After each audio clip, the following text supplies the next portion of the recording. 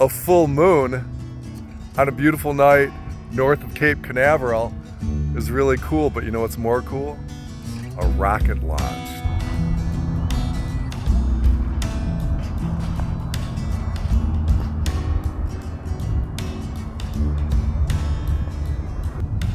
That's the moon.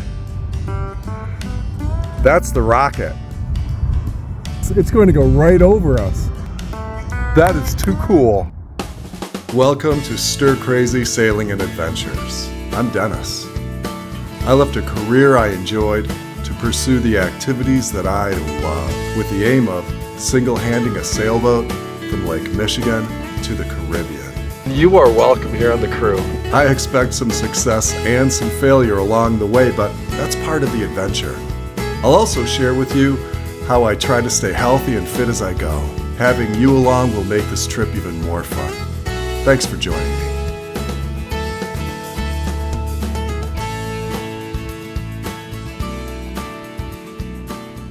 There really is no debate over which is the oldest city in the United States. It's St. Augustine.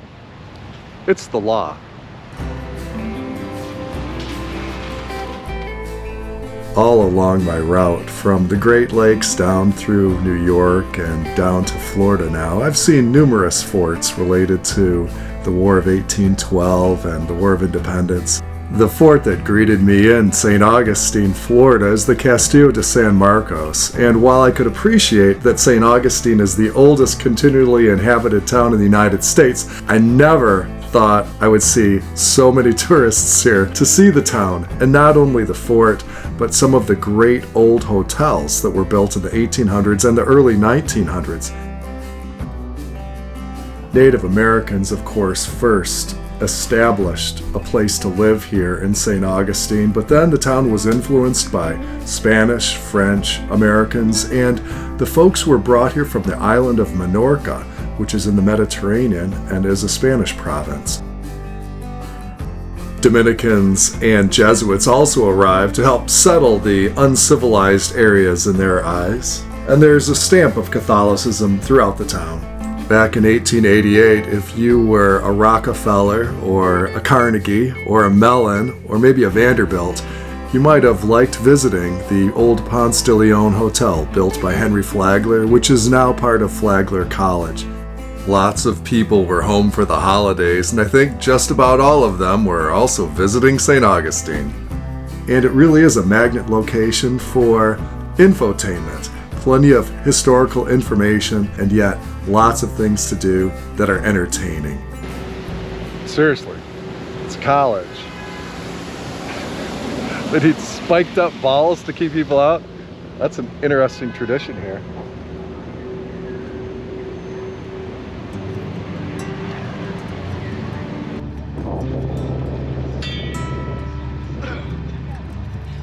As much as I enjoyed St. Augustine, I needed to head south. I was on my way to Titusville, and I discovered that Titusville is synonymous with the Kennedy Space Center.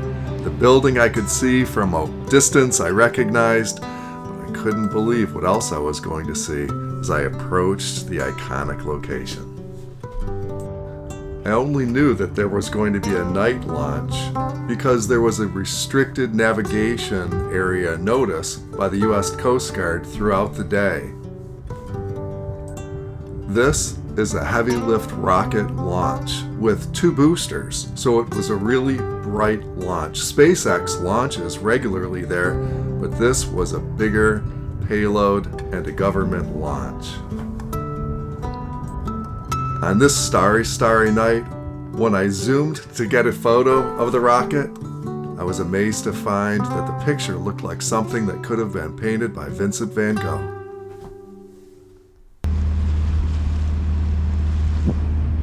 Feeling guilty about not sailing. I'm feeling guilty about not sailing. You guys rock. You're real sailors. Good job.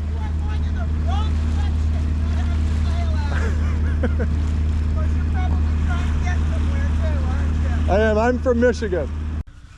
Welcome to Stir Crazy Sailing and Adventures, and welcome to the first shots on the new camera, which explains all the phone and drone video in this one.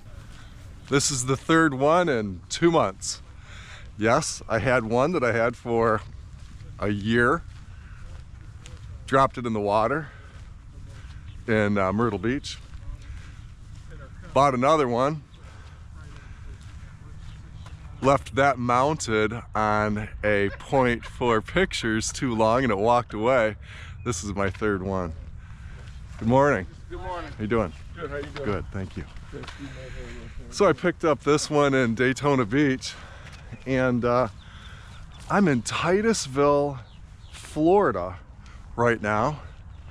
And something that I've seen all along the way, and I've shown it from a distance during the journey, boats that are hulks that have been damaged in storms and left to rot along the shores. I've seen them up in trees, I've seen them on bluffs, lots of them on beaches. And then this one right next to a park in Titusville, Florida.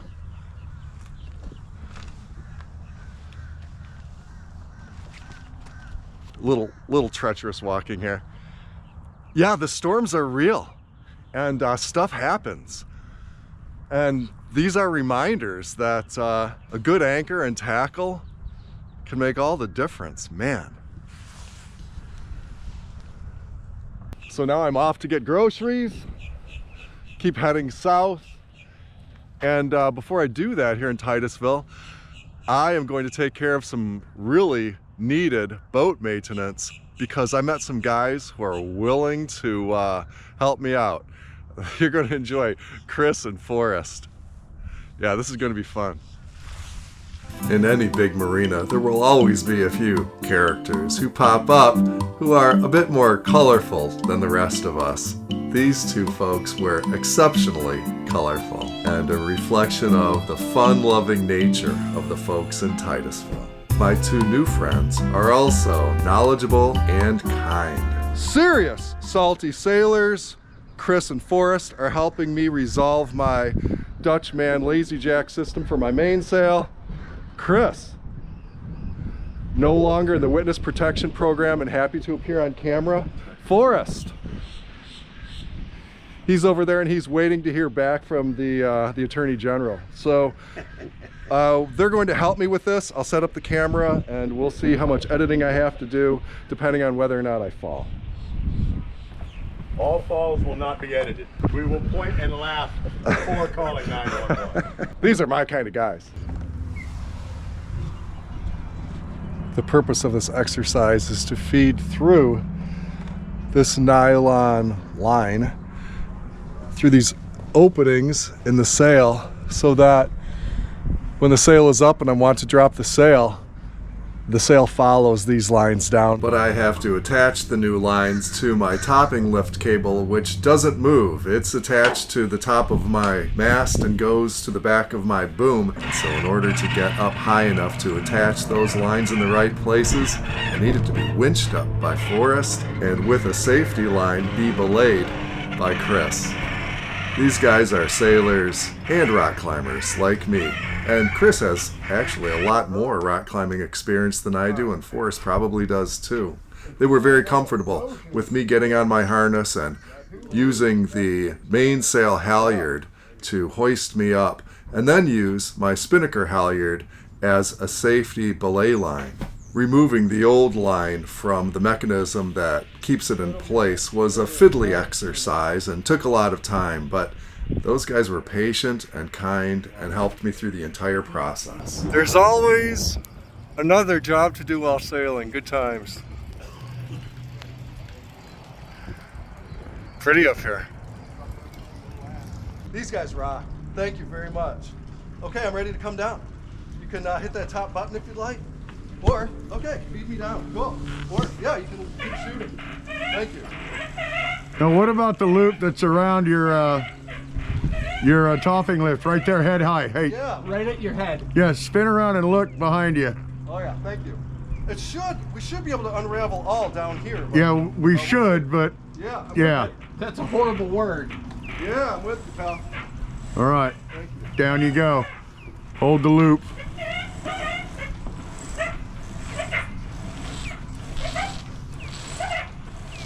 All right, get her okay. Yeah. And so I broke my lines in Deltaville, Virginia, after I put the sail on and had the lines too tight, so I won't make that mistake again. And then now, because I was so fortunate to have Forrest and Chris here to help me get up the mast, to get me up the mast. They didn't help me to get up the mast, they got me up the mast.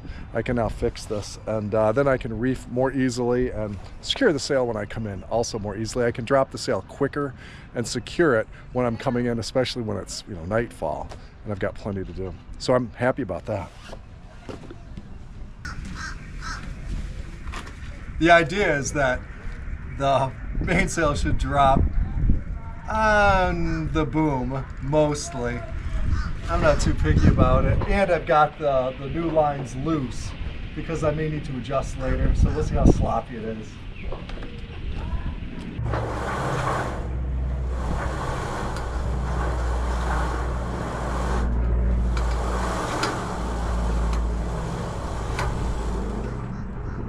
Tweak here, tweak there. It is better than just having a loose sail drop down onto the boom. But I've left it loose, so right now, not much. Sitting here on Forrest's boat next to mine in Titusville with Forrest and Chris. Chris, how many times have you been to the Bahamas? About 4 times. Yeah. Yeah. So if somebody were considering going to the Bahamas, what would you tell them? I tell them watch your weather windows and have a good time. Yeah. And provision everything you need. And you told me that once you go there, you never really want to go anyplace else. No.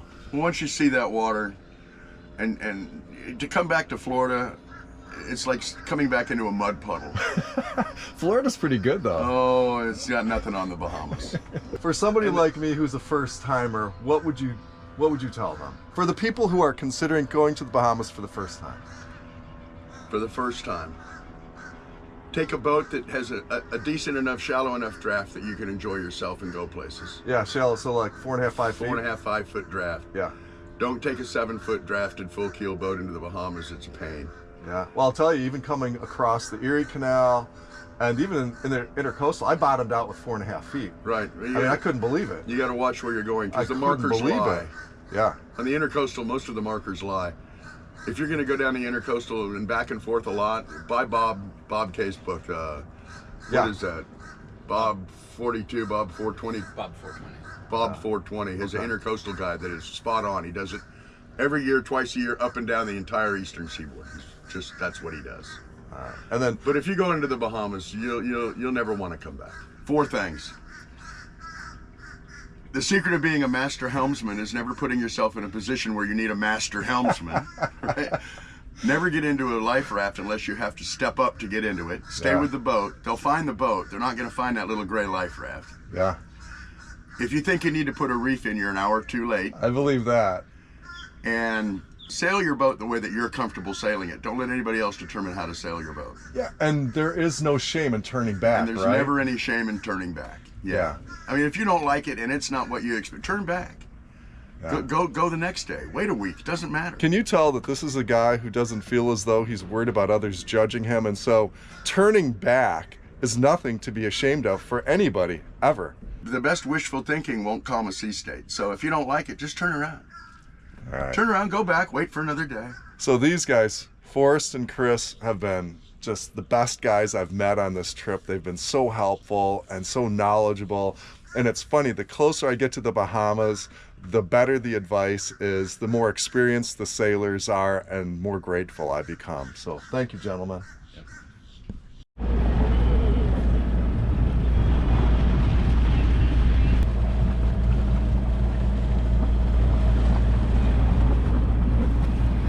Leaving Titusville and feeling like I'm a more knowledgeable sailor headed toward the Bahamas after meeting Chris. Yeah, he had a lot of good advice and a lot of good experience, and with me a high level of credibility. Now you got to watch yourself with sailors all the time, right? Because sailors have their own experiences, and even he reminded me, just because one person approaches any challenge or any adventure one way, doesn't mean it's the only way, or the only right way. But he gave me a lot of good advice that I think fits me really well. So I'm grateful. Thanks, Chris, and thank you, Forrest. I put my life in their hands. because they're both rock climbers. So it was easy for me to do that when I went up the mast, and they belayed me. Winched and belayed me. It was cool. So my lazy jack system is back operational.